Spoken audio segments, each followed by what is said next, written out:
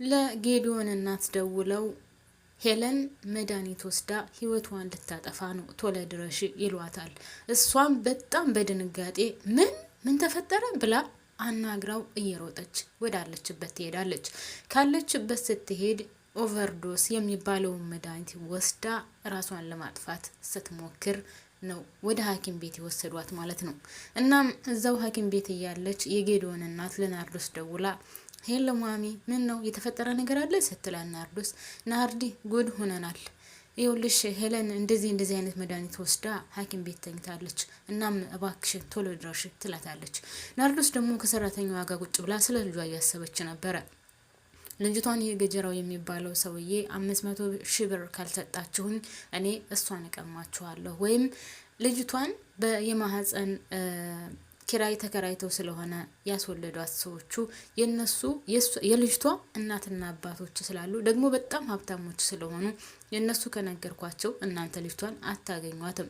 ከዛ በፊት ግን ከመናገሬ በፊት 500,000 ብር ስጡኝና ከዛ በዛ አፋታችኋለሁ እያላቸው እያስፈራራቸው ነው።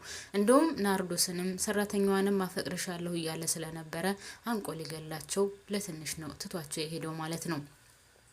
እናም ናርዶስና ሰራተኛዋ አብሮ ቁጭ ብሎ ስለዚህ ነበር የሚያወሩት። ሰራተኛዋ ልጅቷን አፍቃኛለች በጣም፣ እናም እንደው ባክሽን ያለችበትን ቤት ንገረኝና ሂጅ አይቻት ልምጣ ስትላት አይ በፍጹም እንደዛ አይሆንም፣ እዚህም መምጣት አትችልም፣ ምክንያቱም እንደምታውቂው ገጀራው በጣም ብዙ ዋጋ እያስከፈለን ነው፣ እናም ከሱም በፊት ደግሞ ጩና በጣም ብዙ ዋጋ አስከፍላናለች፣ እዚህ መጥታ ምናልባት ቢወስዱብንስ እያለቻት እያለ ነው እንግዲህ የጌዲዮን እናት ደውላ እባክሽን ቶሎ ድረሺ ሄለን መድኃኒት ወስዳለች እና መድኃኒቱንም ወስዳ ሆስፒታል ተኝታለች አለቻት። እናም እየሮጠች ሄዳ ከሆስፒታል አውጥተው ወደ ቤት ያመጧታል ማለት ነው። ወደ ቤት ካመጧት በኋላ የጌዲዮን እናትና ናርዶስ ምን ሆነሽ ነው ለምንድን ነው እንደዚህ ያደረግሽው ብለው ሲጠይቋት እንኳንም ተሻለሽ ብለው ሲጠይቋት እሷ ግን እኔ እንድሻለኝ አልፈልግም፣ ባይሻለኝ ነበር የሚሻለኝ ስትል የጌዲዮን እናት እኔ እንድሻለሽ ነው የምፈልገው ልጄ፣ ለምንድን ነው ራስ ወዳድ የምትሆኙ? ጌዲዮን ይሄን ነገር ቢሰማና ይሄን ነገር ቢያውቅ ሰው እንደሚሆን ታውቂያለሽ፣ በፍጹም ሰው አይሆንም፣ ለምንድን ነው እንደዛ የምታደርጊው ብላ ስትላት እሷም እኔ ምን ላድርግ ብለሽ ነው? እኔ ጌዲዮን እየተሰቃየ ማየት አልፈልግም። ጌዲዮን በህይወት እስካለው ድረስ በእኔ ምክንያት በፍጹም አዝኖ ማየት አልፈልግም።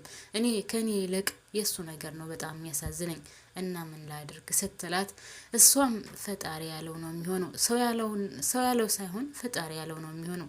የፈለገውን አይነት ዶክተሮቹ ቢናገሩም ወይም አትድኝም ቢሉሽም እንኳን ፈጣሪ ካለው ማንም ቀስቀስ የሚል የለም። ስለዚህ ልጄ የምትፈልጊውን ነገር ልስራልሽ፣ ምን ትፈልጊያለሽ ምግብ ብላ የጌዲዮን እናት ትጠይቃታለች። እሷም እሺ በቃ ምግብ ስሪልኝ ብላት ወደ ኪችኑ ከገባች በኋላ የጌዲዮን እናት ናርዶስና ሄለን በጣም ተቃቅፈው ይለቃቀሳሉ። እናም በቃ እኔ እኮ እንደዚህ ሆንኩኝ ምን ላድርግ ብለሽ ነው? እኔ መኖር የለብኝም፣ ጌዲዮን መሰቃየት የለበትም እያለች ስለ ጌዲዮን እያነሳች ታለቅሳለች ማለት ነው። ሰላም ጤና ይስጥልኝ ውድና የተከበራችሁ የቻናሌ ቤተሰቦች በያላችሁበት ሰላማችሁ በዝዝት ትረፍረፍ ይበልልኝ። ለቻናሌ አዲስ የሆናችሁ ላይክ እና ሰብስክራይብ እያደረጋችሁ ነባሮች ደግሞ ፕሊስ ላይክ ማድረጋችሁን አትርሱ ማለት ነው። እናም በድጋሚ ስለመጣችሁ ከልብ አመሰግናለሁ። የእውነት ሄለን ትድናለች ወይስ አትድንም? በጣም አሳሳቢ ነው ማለት ነው። ምክንያቱም የጌዲዮን እናት በጣም ብዙ የምታውቃቸው ጥሩ የተባሉ ዶክተሮች ውጭ ሀገር አሉ። እናም ለነሱ ልካላቸው ነበረ። ነገር ግን እነሱም ያሏት አይ ይሄ ነገር የመጨረሻ ደረጃ ደርሷል፣ ሄለን ሊሻላት አይቻልም፣ በፍጹም አልቋል፣ የሷ ነገር 1 አመት ቀራት ተብለዋል። እንደተባለው 1 አመት ቀርቷታል እንዳሏት እሷንም እነሱም 1 አመት ቀርቷታል ብለዋታል ማለት ነው። ጌዲዮንና በረከት አንድ ላይ ሆነው እያወሩ እያለ ድንገት ናርዶስ ደውላ ሆስፒታል ገብታለች ብላ ስለነገረቻት ለሱ ትነግረዋለች። ጌዲዮን ደግሞ ልቡ ጠርጥሮ ስለነበረ ስለተፈጠረው ነገር አስረዳኝ፣ ምንድነው የተፈጠረው ነገር? ለምንድን ነው የምትደብቀኝ? የደበቃችሁኝ ነገርማ አለ፣ እባካችሁን አስረዱኝ ቢልም ማንም ሊያስረዳው አልቻለም። እናም በረከትም ወደ ናርዶስ ይሄዳል ማለት ነው። ለማንኛውም እሷንም ይዘዋት ከመጡ በኋላ ጌዲዮንንም አዝናንተው ወደ ቤት እንድመጣ አድርጉታል። ከዛም እሱም አንድ ላይ ሆነው እያወሩ ያለ በር ላይ ተቀምጠው ነበር። እናም የጌዲዮን እናት የሆነ ምግብ ይዛላት እየመጣች ስለነበረ እሱንም በቃ ወደ ቤት ግቡና ከቤት ሆናችሁ ታወሩታላችሁ ወይም ከቤት ሆናችሁ ትመገባላችሁ ብላቸው ስለነበረ ጌዲዮንና ሄለን ይገባሉ። ጌዲዮን ግን ከመግባቴ በፊት የተፈጠረውን ነገር ንገሩኝ፣ ካልነገራችሁኝ እኔ በፍጹም እሞታለሁ ብሎ ሲል በቃ ወደ ቤት ግባና እንነግርሃለን ይሉታል ማለት ነው። ከዛ ለጌዲዮን ሄለን የካንሰር በሽተኛ እንደሆነች ከዛም ደግሞ 1 አመት ቀርቶሻል እንደተባለች ይነግሩታል። እሱም በቃ የሚይዘውን የሚጨብጠውን ነበር ያጣው። በጣም ነበር የተጨነቀው። ይህን ነገር አልጠበቀውም። ምክንያቱም ከሄለን ጋር በጣም ብዙ ዋጋ ከፍለዋል። መጀመሪያ ጊዜ ያው እሱ የምድርባለው ስንፈተ ወሲብ ምናምን የሚባለው ነገር ስለነበረበት በጣም ብዙ ዋጋ ከፍለዋል። እናቲቱ ስትሰድባት ብዙ ነገር ስትላት እንደውም የሷ ችግር ያልሆነውን የኔ ችግር ነው ብላ የጌዲዮንን ችግር ወደ ራሷ አድርጋ ብቻ ብዙ ዋጋ ከፍለዋል ማለት ነው። እናትየው ለምን ልጅ አትወልጂም እስካሁን ድረስ ለምን ዝም አልሽ እያለቻት ስለነበረ እሷ ደግሞ የእሱን ችግር እኔ ጋ ነው ያለው ችግሩ እሱ ጋር አይደለም ብላ ወደ ራሷ እንትን ብለው ስለነበረ ብቻ እናትየው ጋር ራሱ በጣም ችግር ውስጥ ገብተው ነበር። ለማንኛውም ብዙ ዋጋ ከፍለዋል በትዳራቸው። እናም አሁን ጌዲዮን ደግሞ አሁን ሄለንን ሲያጣ ወይም ሄለን እንደዚህ አይነት በሽታ ታማሚ ናት ሲባል በጣም ነበረ ግራ የተጋባው። ያልቅስ ይጮህ ብቻ የሆነ ለመናገር በጣም ግራ የሚያጋባ ነው በእውነተኛ ህይወትም ላይ ቢፈጠር እንደዚህ አይነት ነገር። እናም ጌዲዮን የካንሰር ታማሚ እንደሆነች ሲነገረው በጣም ነበር የተጨነቀው። ለማንኛውም እናቱን ወደ ውጭ ሀገር ሄዳ እንድትታከም ይጠይቃታል ማለት ነው። እናትየው ደግሞ በቃ ከመጀመሪያ ጀምሮ እስካሁን ድረስ ያለውን እንትኑ ምንድነው ስሙ ይሄ የወረቀቷ ምናምን አጣርቼ ወደ ውጭ ሀገር ልከዋለሁ ብለው ነበር። እናም በዛ ተስማምተው ስለነበረ በሌላ በኩል በረከትና ናርዶስ አሁንም ረብስማም ናርዶስ ግን በጣም ጭቅጨቃነት እናንተ። በረከትማ ጥናት ይስጠው የእውነት በስማም በቃ በልጅቷ የተነሳ በጣም ነው የምትጨቀጭቀው። ልጅቷን ራሱ ወደ እነ ጌዲዮን ቤት የወሰደቻት በነገራችን ላይ በረከትን ሳታስፈቅድ ነው። እናም እሷ ሁለታቸው አንድ ጠረጴዛ ላይ ቁጭ ብለው ሲያወሩ በጣም የሚገርም ሁኔታ ምግቡ ቀርቦ እንኳን ምግቡን አልበሉም። በቃ የምታወራው ስለ ልጅቷ ነው። ቤቱን ለቀን ሌላ ተከራይተን ይሄን አከራይተን ለገጀራው ብር እንስጥ ትለዋለች። እሱ ደግሞ በፍጹም እኔን ወንድ አላደረግሽኝም እንዴ? ለምንድን ነው እንደዚህ የምትዩ? ሲጀመር ልጅቷን እኔን ሳታስፈቅጂ ነው ወደዛ የወሰድሻት። ለምን እንደዛ አደረግሽ እያለ ይጮህባን ነበር። እሷ ግን ይህ ነገር ምንም መስሎ አልታያትም። በቃ ስለ ብሩ ጉዳይ ነው አሁንም ደጋግማ የምታነሳበት ስለ ብሩና ስለ ገጀራው ብቻ ነው።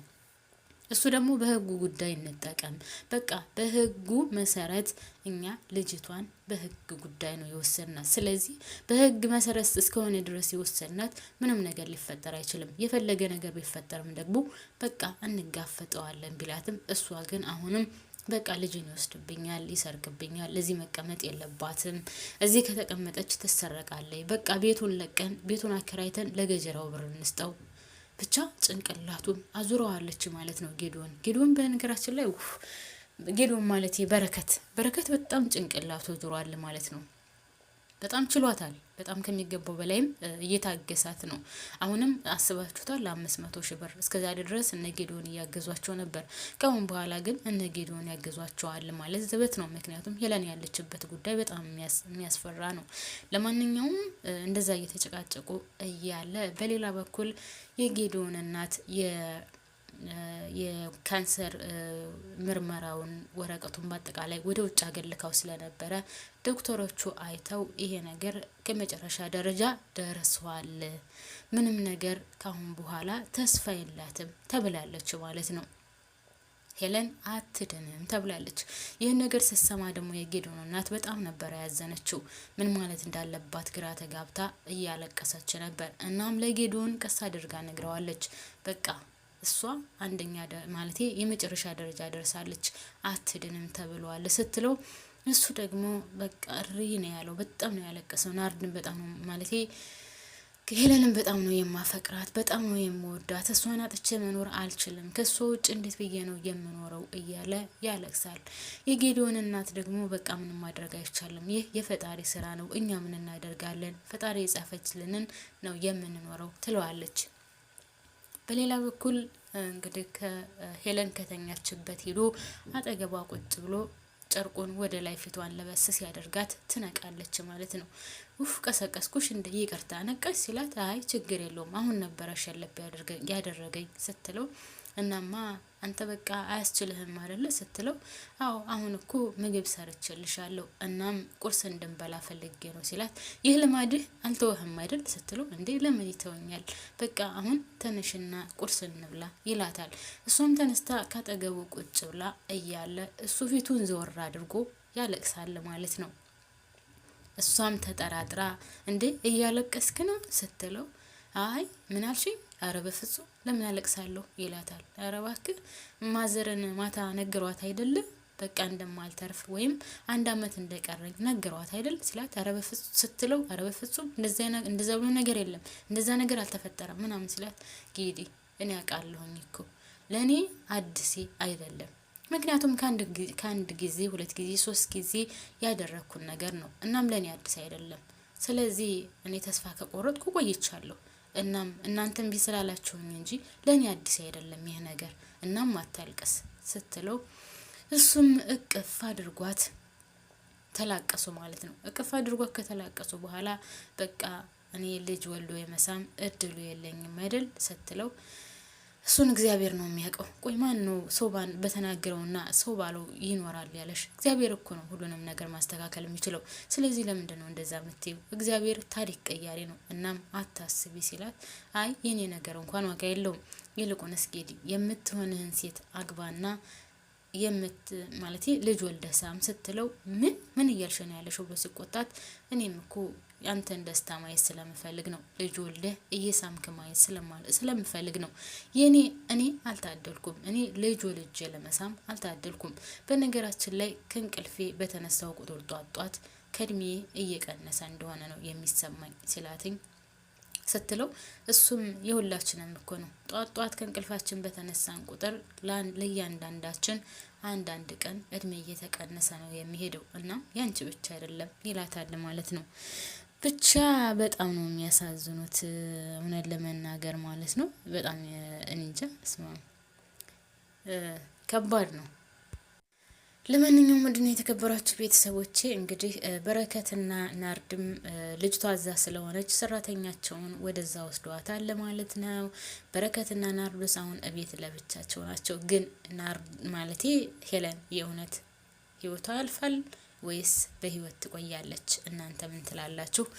ሀሳብ አስተያየት ካላችሁም ኮሜንት ላይ አስቀምጡልኝ። እኔ እዚህ ላይ ጨርሻለሁ ማለት ነው። እስካሁን አብራችሁን ስለቆያችሁ ከልብ ነው የማመሰግነው። ግን አንዳንድ ጊዜ በጣም ነው የሚደብረው ማለት ይሄ ለድራማ ተብሎ ካንሰር ማለት አስባችሁ ያስፈራል። ስሙ ራሱ ያስፈራል። ለማንኛውም ፈጣሪ ክፉን ያርቅልን ትላላችሁ። አመሰግናለሁ። ባባይ